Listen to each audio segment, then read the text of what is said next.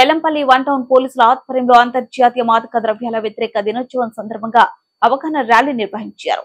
పట్టణంలోని one ground నుండి కాంట చౌరస్తా వరకు విద్యార్థులతో కలిసి ర్యాలీ నిర్వహించడం జరిగింది.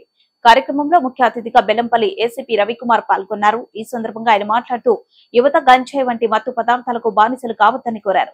మత్తు పదార్థాల నిర్మూలనకై అవగాహన సదస్సులు నిర్వహించడం జరుగుతుందన్నారు. ఎవరైనా గంజాయి వంటి మత్తు పదార్థాలు సేవించినా విక్రయాలు జరిపిన పోలీసులకు సమాచారం అందించాలన్నారు. అలాంటి వారిపై కఠిన చర్యలు తప్పవని ఏసీపీ హెచ్చరించారు.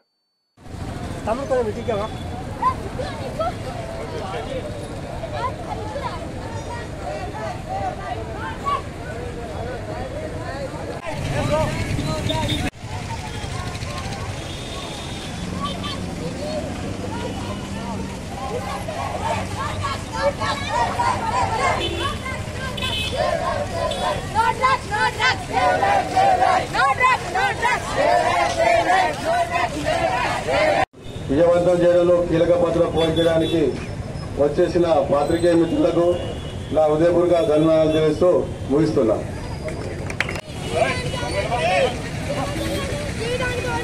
Good morning sir.